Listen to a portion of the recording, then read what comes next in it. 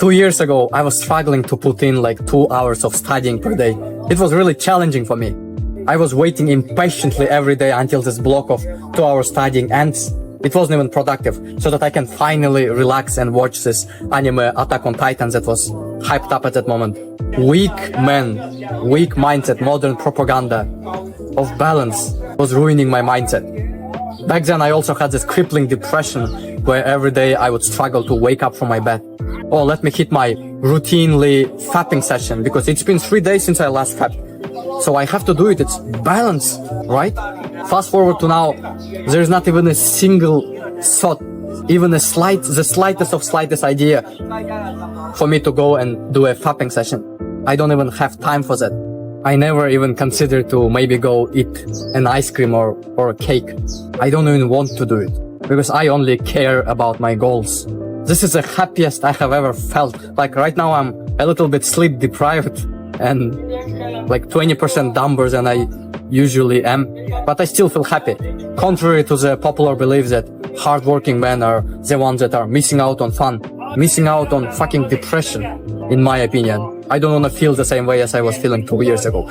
If I right now was purposeless, like I've lost my purposes, I lost my goals, I would start to feel the same way. If I didn't work hard every day for at least 3 hours, the days where I don't work for at least 3 hours of deep focus, I start to feel like my male drive and testosterone falling below average point of mine. I start feeling embarrassed for myself. Any day I skip hard work or a workout session, I start to feel the same way as I felt 2 years ago. It's like a nostalgia of depression or something. The only cure is to chase goals. If you think about it, like in childhood, our purpose was just playing around. Like the literal existence, the literal definition of child is playing around and exploring the world. That was our purpose. That's why we were happy back then, because we were fulfilling our purpose. And then I remember I discovered video games. Back then, video games were quite fun because, you know, children try to imitate adults. They also want to have status, and video games provided that. Like you become some kind of jacked soldier in Call of Duty, saving the world, being a hero, having some kind of status in the game. That's why you feel happy doing it. And it's a great way, I think, to explore the world by playing video games when you're a child, as long as you have like social time playing around with other kids.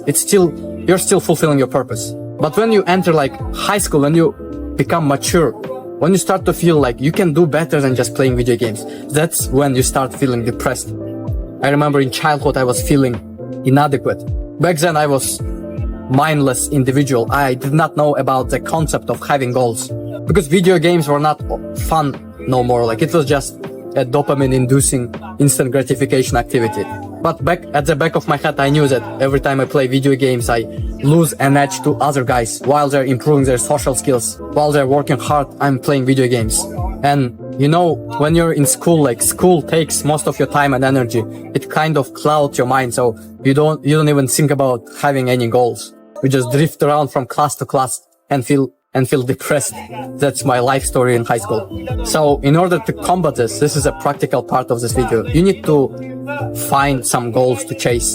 And when I say goals, don't think about some big, crazy goals. Like if you're a software engineer, being like a senior engineer in Google, or making like $1 million in the next 3 years, or having a YouTube channel in the next year that has like 10,000 subscribers. Choose goals that suit your level and suit your current ability.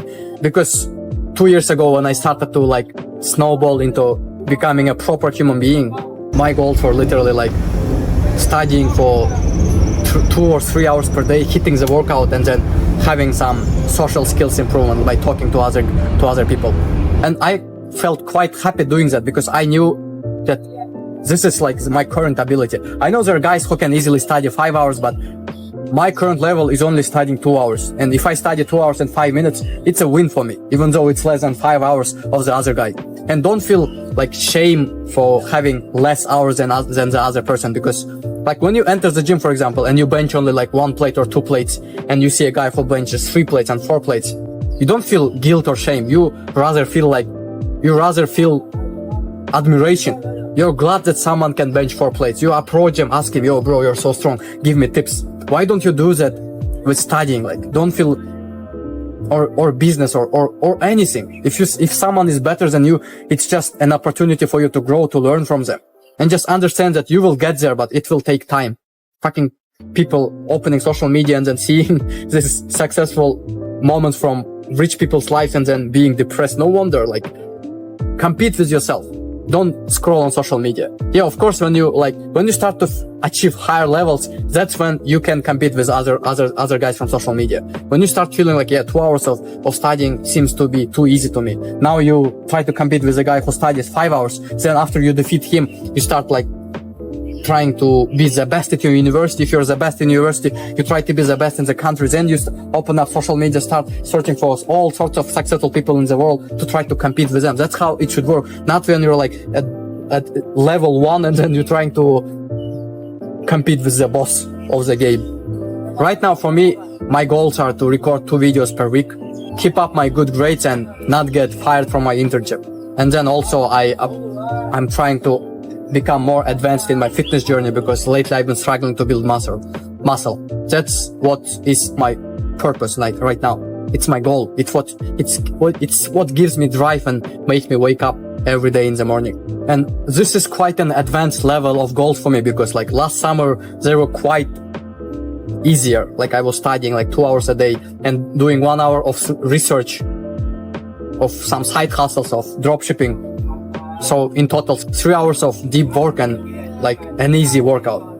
An easy workout, I'm saying in retrospect, by my today's standards, that workout was easy. So I was feeling like a bitch, you know, because I knew I could do better. That's why I reflected back on my goals and changed them up. I made them more challenging. Now they're much more challenging than they were in the previous summer.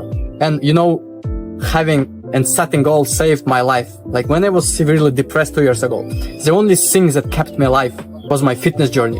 Like I was waking up every day and thinking maybe I should just end it all, but I had this goal of building muscle. That's all I cared about. Like, yeah, at least I have to hit 3 workouts per week and eat like high protein diet to bulk up my weight.